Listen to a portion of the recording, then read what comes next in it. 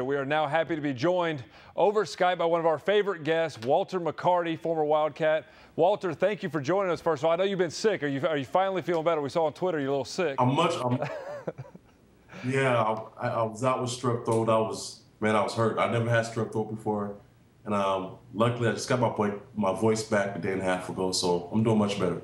Well, for people that don't know, getting your voice back is important because you're doing some singing. You have a new album out, Unbreakable, which you can get on iTunes and on Amazon. Can you talk to us a little about this new album and kind of your singing career as a whole? Yeah, it was a fun project, Unbreakable. It's got a lot of great songs on it, a lot of great features from different artists, Ace Hood, Milky Halstead, and King Los. But it's a great project. I usually do more R&B, slower type stuff. This is much more up tempo, and it's a great album. I enjoy it. How is that different? I know basketball is a very aggressive sport. Obviously, you spend a lot of time training. And probably for this, you spend a lot of time training too, but just a little different. Are there any similarities in preparation for basketball, in making an album, doing music? How are they similar? I think you have to put a lot of time into it and make sure it's exactly the way you want it. It's just like, shooting a jump shot or just trying to get your form down.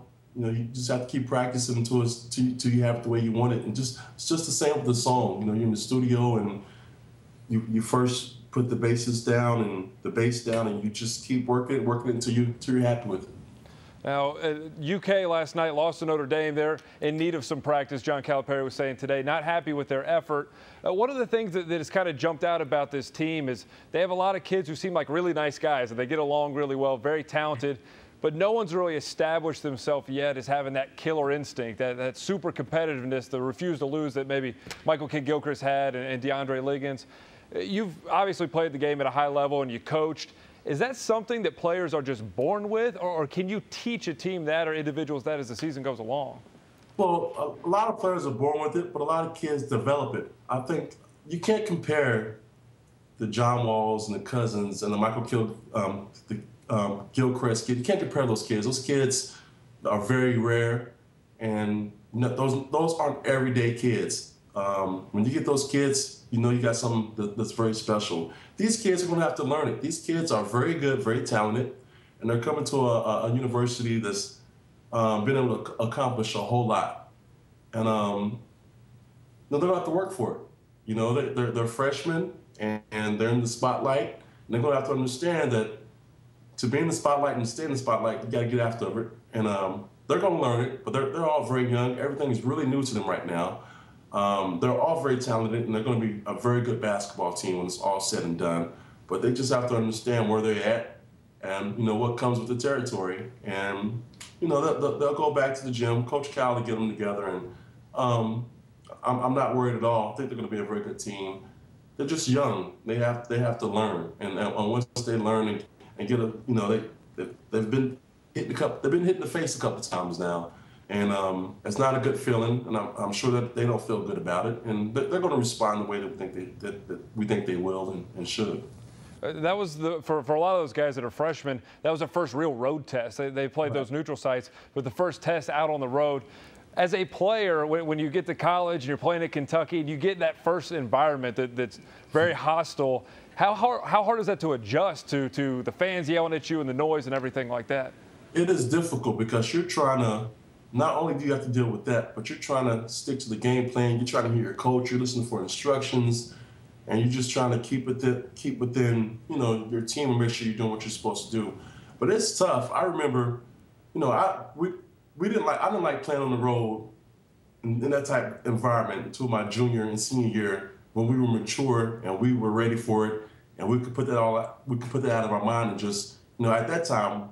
That's all we wanted to do was play on the road. The more hostile it was, the better we played because we loved that. But we didn't have that young going. We didn't have that as freshmen and sophomores. That was something that we had to develop as we got used to the system, as we got used to college basketball, as we got comfortable with our strength and our bodies and our games. Like I said, these guys are young. They'll get it. They'll get it. It's just going to take a little time. Now, the other school in the state is Louisville, and, of course, Rick Pitino, who you played for as a coach there. Last year when you were on the show, they were struggling. They were struggling really bad, and you said they were going to get back on track and make the Final Four, which ended up happening. You were the first person to call it, so we'll give you credit for that. They're highly ranked this season. Can you give us a scouting report on what you see from Louisville, especially Coach Pitino, who seems like he's hit a second stride late in his career? Yeah, I think they're going to be a tough team to deal with. They're very deep. They've added some new pieces. They're going to have to get develop a little bit more chemistry. But I think at the end of the year, they're going to be tough to beat. I think it's going to depend, if Shane can, keep him, play and be productive and not let his mouth get him in trouble. He's a great kid, but sometimes he lets his mouth affect his play and get him in trouble. If they can really keep him under the radar and just play basketball and play hard, they can keep Gorgie out of foul trouble and just get a lot of help off the bench from other guys. But, I mean, they probably have the best guard play in the country right now with, Russ Smith and Peyton Seaman. And then you come off the bench, you got guys like Wayne Blackshear and all. I mean, they have a really talented, deep team. And I think when tournament time comes around, when Coach P's at his best, it's going to be tough to beat. All right, Walter McCarty, thank you very much for joining us again. The album is called Unbreakable. You can get it on iTunes or get it on Amazon.com. We really appreciate you taking time and always enjoy talking with you. Anytime, man. Thanks, man. I appreciate it.